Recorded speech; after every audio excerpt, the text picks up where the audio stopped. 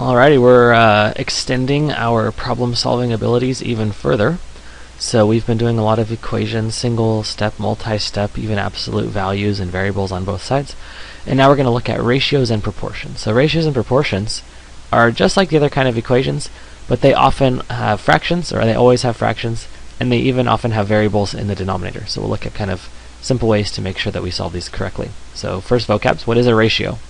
A ratio is a comparison of two numbers by division. So you can write it three different ways: x to y, x colon y, which is pronounced x to y, or x divided by y, or x over y. Mathematically, this is the best one because this actually represents division.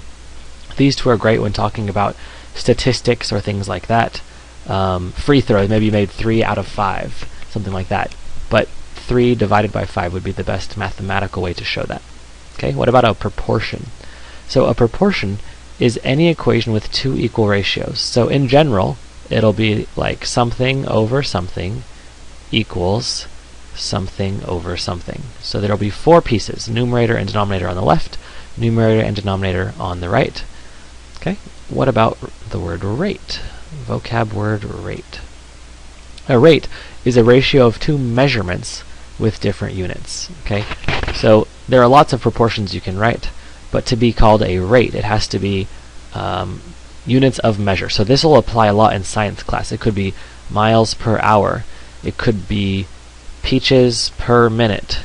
It could be a hot dog eating contest. How many hot dogs you can eat per minute, something like that. So it's got an actual unit of something per something, and they're different because if they were the same, they would cancel out. All right, here we keep going.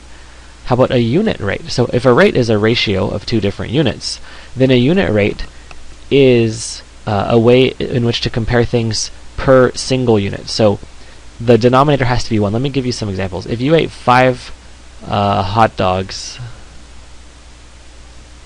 in like 2 minutes, the way you make that a unit rate is you have to make it per 1 minute. Okay, so 5 divided by 2 is 2.5 hot dogs per minute. So this is a rate, this is a unit rate. Okay, so all it is you actually do the division of whatever the two numbers are, and you get something per minute, or something per hour, or something per whatever, but the denominator is just per single unit of that. Okay, scale, next vocabulary word. A scale is a ratio that we use to change the size of something. So you probably heard of a scale model of something, or that's not drawn to scale. So what we mean by that is, say you want to draw the blueprints of your house, so a top-down view of your house, right? Maybe you have a room right here, and a hallway, and then another room, and then something, you could divide your house up into different regions, okay? And you might label, like, on my scale model, 1 inch equals 10 feet, something like that. So scale and scale model go together. A scale model is a larger or smaller version of something that preserves size ratio. So this actual picture might be a scale model, okay? And then this little conversion factor, that 1 inch equals 10 feet, would be my scale.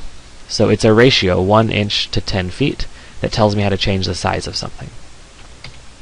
Alright, when we're solving problems involving scales, scale ratios, making things larger, making things smaller, we're dealing a lot with fractions and proportions. So the way to solve them is almost always cross-multiply. I think you've learned this before, but it bears re-emphasizing. So when you cross-multiply, you're actually following the golden rule. Every shortcut that you'll learn in math is somehow tied back to the golden rule. So let's look at an example. 3 over 4 equals x over 5. So when you cross-multiply, you've been taught multiply the 4 by the x to get 4x, and multiply the 3 by the 5 to get 15. Okay, why is that valid? Well, technically you're multiplying both sides by 4, which is the golden rule, but on this side they cancel out, right? So it's as if the 4 only gets multiplied to the x across. That's how we get the 4x. You're also multiplying both sides by 5. On this side, the 5's cancel out, but on this side we multiply the 3 and the 5, so it's like the 5 got moved across. So this technique of cross-multiplying works because of the golden rule, But it's a lot shorter to just cross multiply and write the answer than to show all these numbers that you're multiplying by and cancel them out. Another thing to remember is that multiplying by the reciprocal is often easier than dividing, especially if you have a weird fraction. So if you have 2/3 x equals 5/2, instead of dividing by 2/3, it's much easier to just multiply this side by 3/2 and also multiply this side by 3/2. Okay, and then you've got x by itself. So multiply by the reciprocal, keep that in mind. Okay, let's do a couple of examples. Determine if the two ratios are equal. Is this an equivalent ratio? So on this side, it's 12 inches per 1 foot. Over here, 52 inches per 4.5 feet. This right here is a unit rate, and this is just a general rate. So to compare them, we need to actually divide 52 by 4.5 and see how the unit rate compares. So 52 divided by 4.5 equals, this is 11.5 repeating inches per 1 foot. Okay, so we can see that these are not equal. So you can compare unit rates very easily because they have the same denominator. And if they have the same denominator, you just look and see if the numerators are the same or not. So changing a rate into a unit rate is a great way to compare them. Okay, 3 more simple problems. Here we go. 2 over x equals 6 over 10. We can cross multiply. So if we cross multiply, we multiply x by 6 to get 6x. We multiply 2 by 10 to get, 20. Then we can divide by 6, cancel, cancel. X equals 20 over 6 reduces to 10/3. You might also have noticed that 6/10 here could have been reduced to 3/5 at the very beginning, and then cross multiply. That's a great way to do it. The more you can simplify things in the beginning, the easier problems will turn out to be. I assure you that. So let's look at this one. Let's not simplify first. Let's just start by cross multiplying. 20 times 7 is 140. 4 times p is 4p. Then we have to divide by 4. Okay, and then what's 140 divided by 4? Yikes. That's going to be 35. But that might take you a bit of time. You might have to pull out a calculator. Alternatively, if you reduce this first, well, 20 divided by 4, what's that? That's just 5. So if we write 5 equals p over 7, we don't even have to cross multiply. This is just a one-step equation. The p is being divided by 7, so we can multiply by 7 on both sides. This 7 cancels out. 7 times 5 is 35, and I think that's a lot easier.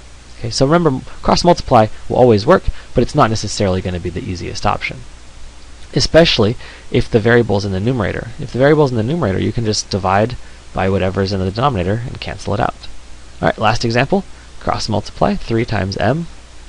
3m equals 2 times 14. 28. Divide by 3. Divide by 3. Cancel out. M equals 28 over 3, which is an okay way to do that. 28 over 3. You don't want to write this as a decimal because thirds have an infinitely repeating decimal. So 9 times 3 is 27. So this is 9 and 1/3. But as a decimal, it would be 9.3 with a bar over it. And 9 and 1/3 or 28/3 are a little better. Typically, you don't want to write a decimal that's going to be repeating forever. It's better to write thirds. Alright, hope those made sense. If not, we'll get a lot more practice in class.